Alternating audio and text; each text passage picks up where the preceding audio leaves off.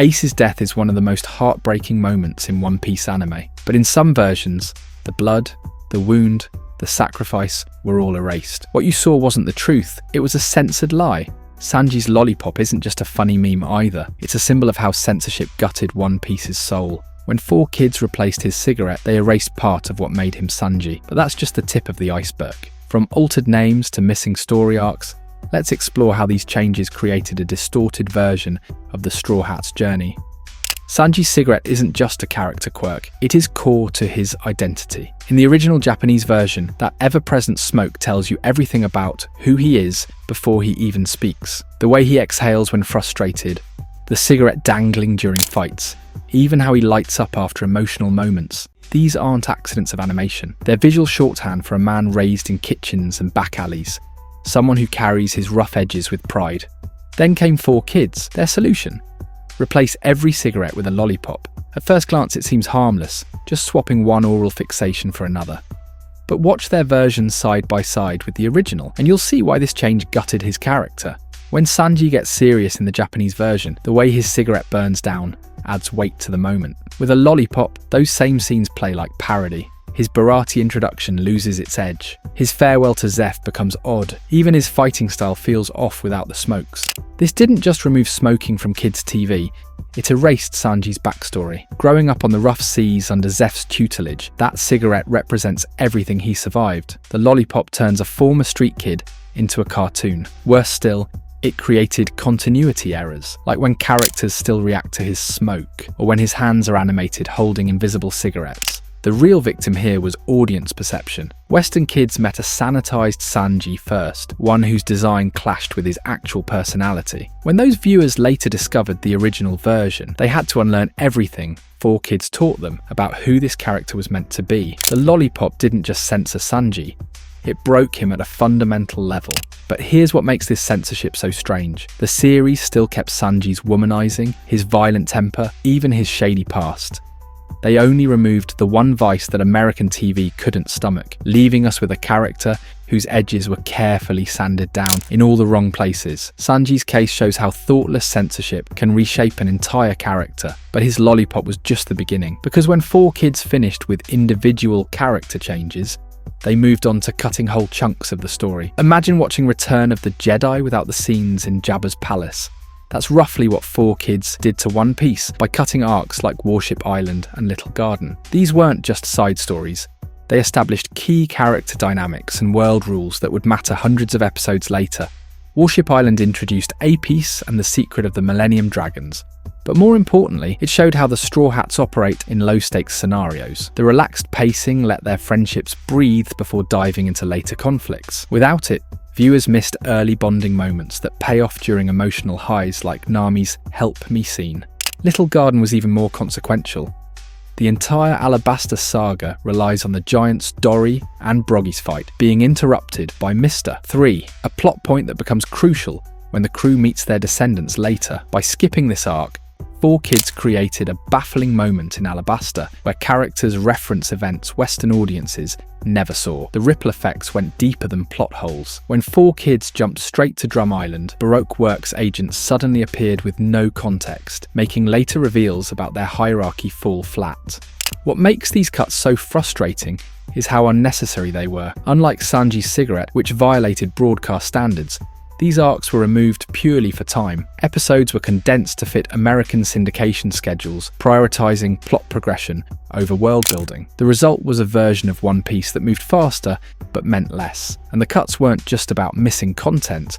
Sometimes the content stayed but arrived completely altered, because after changing the story, 4 kids set their sights on the characters' very designs. The visual censorship in 4 Kids One Piece didn't just clean things up, it actively worked against the story's artistic intent.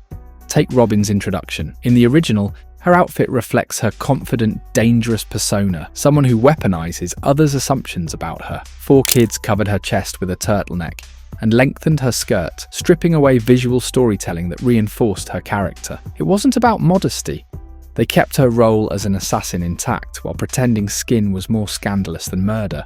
Then there's Zoro. His attack names like onigiri changed to rice ball, and it no longer made sense, stripping away Oda's food-based naming conventions that connect swordsmanship to Japanese culture. Worse, the ever-present typo of his name in subtitles and merchandise created a generational divide between early Western fans and everyone else. The edits got bizarrely specific. Crosses vanished from backgrounds, including Django's Hypnosis logo. Guns became water pistols with glowing tips that somehow still fired bullets. Blood disappeared through lazy digital paintovers, creating scenes where characters reacted to invisible injuries. Even Don Krieg's spiked cape lost its points, transforming a fearsome warlord silhouette into something resembling a bathrobe. Each visual compromise weakened, defined character traits. Nami's early thievery seemed less consequential when moneybags lost their dollar signs. Luffy's scar under his eye, a mark of his reckless determination, was often faded or removed entirely. The Going Merry sheep figurehead lost its charm too, making it look oddly defanged compared to its lively personality. The cumulative effect made One Piece visually inconsistent. Characters would wear modified outfits in one scene, only for the changes to disappear in the next episode when the editors missed a frame. Background details would vanish randomly, like the crosses in Arlong Park that disappeared and reappeared between cuts. This wasn't careful localization, it was a haphazard cover-up job that treated the original art as something to be fixed rather than respected. What's revealing is what 4Kids chose not to change. They kept violent impacts and perilous situations intact, just without the visual consequences. It created a dissonance where characters could be smashed through walls, but showing a bruise was apparently too much for young audiences. The message was clear. Blood was unacceptable, but the acts causing it were perfectly fine. But the visual betrayal was just one layer. Wait until you hear what they did to the sound design. The original Japanese opening for One Piece set the tone perfectly. Hiroshi Kitadani blends adventure with melancholy, those trumpets and strings mirroring both the joy of sailing and the weight of dreams. It's a theme about legacy, freedom, and paying respect to those who came before you. The visuals match, showing the Straw Hats laughing together, but also Luffy alone on the execution platform. A quiet reminder that this journey isn't just goofy pirate antics. Then 4Kids gave us the pirate rap. Imagine taking that emotional complexity and replacing it with a Saturday morning cartoon jingle. Worse, the visuals were retooled to match this sugar-high tone. Shots of Zoro training or Nami studying maps were swapped for exaggerated, comedy-focused cuts that made the crew look like slapstick sidekicks rather than serious adventurers. The music shift wasn't just about style, it reshaped audience expectations. Japanese fans heard cues signaling raw determination. 4Kids viewers got bouncy synth beats, undercutting the gravity entirely. Research shows music primes emotional responses. So while the original score guided viewers toward awe or tension, the replacement tracks defaulted to wacky story ahead. Even the sound effects got sanitized. Sword clashes lost their metallic ring, replaced by cartoonish clangs. Gunshots sounded like toys. The iconic, no-impact noises were dulled, making Luffy's punches feel weightless. This wasn't just cheesy, it actively worked against the story's stakes. How could kids take Arlong Park seriously when Nami's emotional breakdown played over music suited for a carnival? The pirate rap wasn't just cringy, it was a lie about what One Piece is. The original music treats piracy as aspirational, while 4Kids framed it as a goofy phase. That's why longtime fans cringe hearing it. Not just because of the weak rhymes, but because it represents everything 4Kids misunderstood. This wasn't localization, it was cultural flattening, turning a saga about inherited dreams into a joke about wacky pirate buddies. But the biggest question remains, why did 4Kids think this approach would work? The answer lies in a fundamental industry miscalculation, one that nearly doomed anime's Western reach for a generation. One Piece is about freedom, yet 4Kids' version became its exact opposite. Their edits didn't just censor, they reframed the entire story as something it wasn't. Sanji's lollipop, missing arcs, and janky visuals created a distorted experience that confused fans for years. The irony is painful. A series challenging authority had its identity rewritten by corporate mandates. Today, the uncensored version thrives, proof that good storytelling wins when allowed to breathe. If you first saw the 4Kids cut, do yourself a favour, revisit it raw. The difference isn't just blood or cigarettes, it's the soul Oda intended.